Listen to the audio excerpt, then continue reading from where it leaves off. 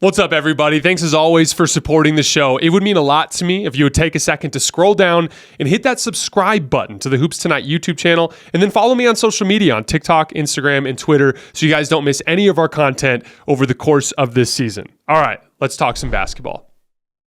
We're going to be going through our top 10 contenders. This is going to be ranked purely based on what I'm expecting from these teams in the postseason. Couple of quick notes on the standings. After Boston and Denver, Oklahoma City and Minnesota are the next two teams in the standings, right? They're both young, athletic teams that dominated the regular season. They have 24 and 25 losses. Then we have the Clippers. They have 28 losses. They were really good for a big chunk of the season, and they've been pretty mediocre for a big chunk of the season. They're kind of in that middle zone. But the next 13 teams, Dallas, Milwaukee, Orlando, New York, Phoenix, New Orleans, Cleveland, Sacramento, Indiana, the Lakers, Philadelphia, Miami, and Golden State, all 13 teams in that list have between 30 and 35 losses. They're all separated by 5 games in the loss column. So they're all crunched up on each other. So standings there's a bunch of teams in both conferences that I have ranked more differently than where they're at in the standings. And it's because we're really splitting hairs at this point, aside from those teams at the top of the league. Everyone's kind of crunched up on each other. And so I'm more looking at matchups, personnel, and how I expect those things to translate to the postseason. So we're going to be going from 10 to 1 to start, and I'm just going to do 10, 9, and 8 today. So number 10 is actually going to be a 2-for-1. It's the Heat and the Warriors. These are teams that were just giving the appropriate amount of respect to the establishment. Both of them have had mediocre regular seasons. Both are 43 and 35. Both are likely to be in the play-in tournament. The Warriors basically certainly at this point, and the Heat likely at this point after their loss to the Pacers, although it's not over for them. Both have similar strengths. They're both really good defenses. They're both really good at defensive rebounding. They have a superstar that thrives in the postseason, right? You can't do much better than Jimmy and Steph as postseason stars, right? And then both are extremely well coached. It's pretty much the consensus around the league that Steve Kerr and Eric Spoelstra are the two best tactical adjustment coaches that we have in the league, right? They also have similar weaknesses. They're both prone to lulls on offense for the same reasons, because their superstars are getting a bit old. Both superstars are their numbers are down from last year. Both of them seem to be a little bit on the other end of the hill. And neither team has a reliable secondary shot creator. So as a result of that, some nights when guys are playing well, they look great on offense and they can beat anybody, but they have the tendency, especially if their superstar's not playing super well, to go really cold offensively and to have a lot of challenges. But their playoff strengths are a reality. Elite superstar talent, elite coaching, and elite defense and rebounding. Those are 3 or 4 of the most important things that you can have as a playoff threat. And so because of that, I think it'd be silly for us to write these teams out. And so that's why I have them in this list as kind of like a twofer in that 10 spot. It's the appropriate amount of respect to the establishment. Their defense and rebounding are going to keep games close. So it's really going to come down to execution. Now, both of these teams, ironically, for being historically good execution teams, both of these teams have struggled with execution this season. The Warriors have lost a bunch of close games this season. The Heat haven't been a very good clutch team either. We just showed examples from the Pacers game of them making critical execution mistakes down the stretch. So relative to what we expect from these teams as establishment franchises, they haven't been good execution teams this year, but that is kind of their reputation. I kind of view these teams as the bouncer at the club. And what I mean by that is I don't think either of them are talented enough to win 4 rounds. Certainly it would be a big long shot, but I do think they will expose the fraudulent teams around the league. So I'm going to be really tempted to pick the Heat and the Warriors in just about any series except for the very top echelon in the league, simply because of the fact that they are the team that will expose you if you're not ready.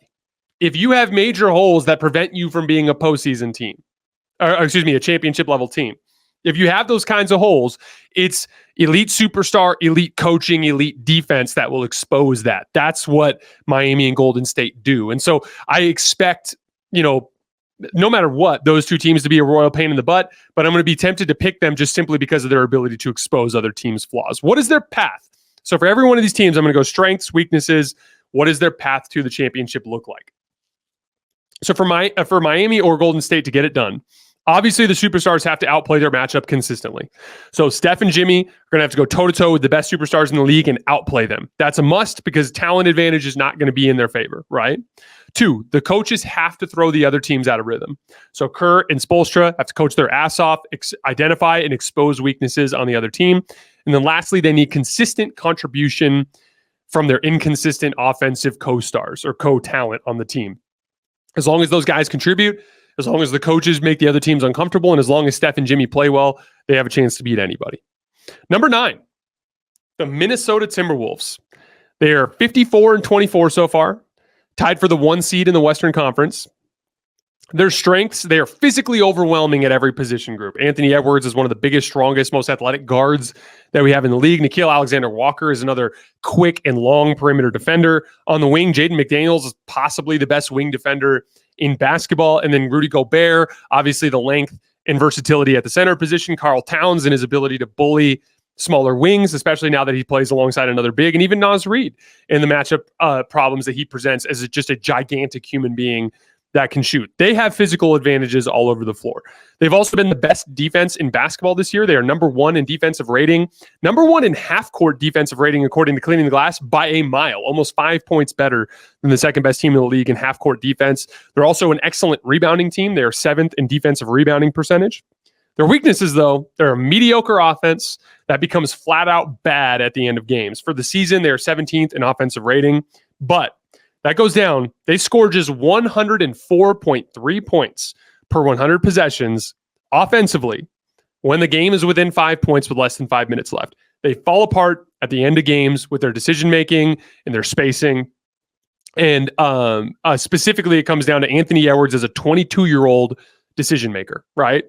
Like, that's really what it comes down to. Like, he's 22 years old, and he has a tendency to settle for bad shots. 15 players in the NBA this year have attempted at least 500 pull-up jump shots this year.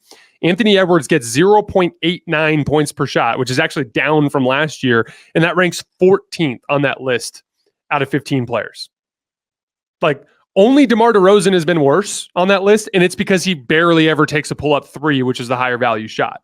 So, like, he's not a good pull-up jump shooter who settles for that shot a lot. He's literally in the top 15 of pull-up jump shooting volume in the league this year, despite the physical gifts that he has to the table, that he brings to the table. And so really that's what it comes down to. It's like he's 22, and one of the most common things I talk about on the show is like the growth of a young basketball player is identifying what works and finding out how to replicate it, identifying what's not working and finding out how to minimize it. Ant just hasn't really got to that point yet. And so, I'm as big an Ant believer as you'll find. I think he has a real chance to be the best player in the league, which is saying something given some of the talent that we have outside of the United States that has come into the league, right? So, like, I'm a big believer in Anthony Edwards, but it's just really early in his window. Decision-making is the weakness of the team, and that is manifested in that offensive rating. They haven't defended well at the end of games either. They have a 118.3 defensive rating in clutch situations. That is the 6th worst mark in the entire NBA for a team that has been the best defense in the league outside of those situations. That to me comes down to entry points. Like I talked about, if you can get Mike Conley in the action, get the defense in rotation. If you can get Karl Towns in the action, get the defense in rotation, suddenly it doesn't matter how strong your set defense is. Teams have not had a problem scoring on Minnesota in crunch time this season. I think that will be the death of them. They'll be in every single game because of their defense, but I think they'll just inevitably run into a team that can out-execute them in the half court, and I think they'll get knocked out. What does their path look like? Everything comes down to Anthony Edwards. If he plays like a 30-year-old vet, under control, good decision-making, prioritizing using his physical gifts to dominate the game on both ends of the floor, devoting resources defensively where he can be absolutely devastating, and then on offense, using his strength to get as close and athleticism to get as close to the rim as possible. And then when he does settle, shooting a higher percentage than he has in the regular season, which, by the way, he's consistently been a pretty mediocre regular season pull-up shooter, but he's pretty consistently been a great pull-up shooter in the postseason, albeit in a small sample size, only one round each time. So as long as he can do that over the course of a longer playoff run, make the shots and make quality decisions, they can beat anyone. It's just you're betting on a 22-year-old, and that's a lot to ask. That's why I have them so low relative to where they are in the standings. Number 8, final one for today, the Milwaukee Bucks. This is the largest gap between how I felt about a team at the start of the season versus now. I had them as the second best championship contender to start the season. I had them a hair over Boston. Now I have them all the way down at 8. They're 47-31, second in the Eastern Conference, just 15-17 since Doc Rivers got hired, below 500 in a 32-game sample size. 20th best record in the league in that span. Mediocre on both ends of the floor. They're 16th on offense and 13th in defense over that 32-game span. Their strengths, they've been a good offense for most of the season. They're actually 5th in offensive rating for the whole season, especially against good teams. And this is like your little silver lining or whatever you want to call it that you cling to as a Bucks fan.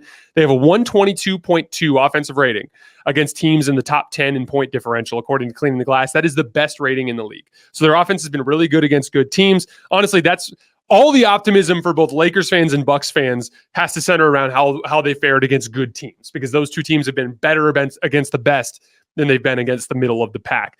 They are top 5 in both three-pointers made per game and free throws made per game, so they get really efficient shots to kind of bolster their offensive rating.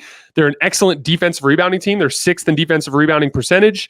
They also have real star power for the postseason. Damian Giannis, even with as much as Dame has struggled this year, I still think Damian Giannis is a better duo than anything they'll encounter in the Eastern Conference. It won't be until they run into Jokic and Murray if they get to the finals that they'll run into a better duo. So like that's a huge advantage going into the postseason. I don't think with Jaylen Brown's rise and with Dame's fall, I don't think it's like a big gap. I think they're barely a better duo than the Tatum Brown duo, but I do think they're a better duo. Their weaknesses, biggest one, they're just slow. Outside of Giannis, every single player in their rotation, because the young guys don't play much, every single player in their rotation is slower than average for their position group around the league. And so teams get out in transition a lot against them. They get out in transition 16% of the time. That ranks 22nd in the NBA. It's a big part of their defensive issues. They were a top 10 paint defense last year. That used to be a strength of the Bucks. They could protect the paint. Not this year. They're 17th in opponent points in the paint per 100 possessions. This is another weird part. They don't score in the paint. Now, a lot of people will say they take a lot of kick out threes because of the way teams guard Giannis. That's true. But in the year they won the title, they were 15th in points in the paint per 100 possessions. This year, they're 29th, the second worst paint scoring offense in the NBA. They're very dependent on jump shooting. They're a top 10 jump shooting frequency team. And so they've kind of leaned a little bit too much into the variance themselves. They're slow. They don't get a ton of easy shots right around the basket. They rely on tough shot making a lot. That's just a tough spot to be in offensively. And I think that's a big part of why they've struggled so much offensively as of late.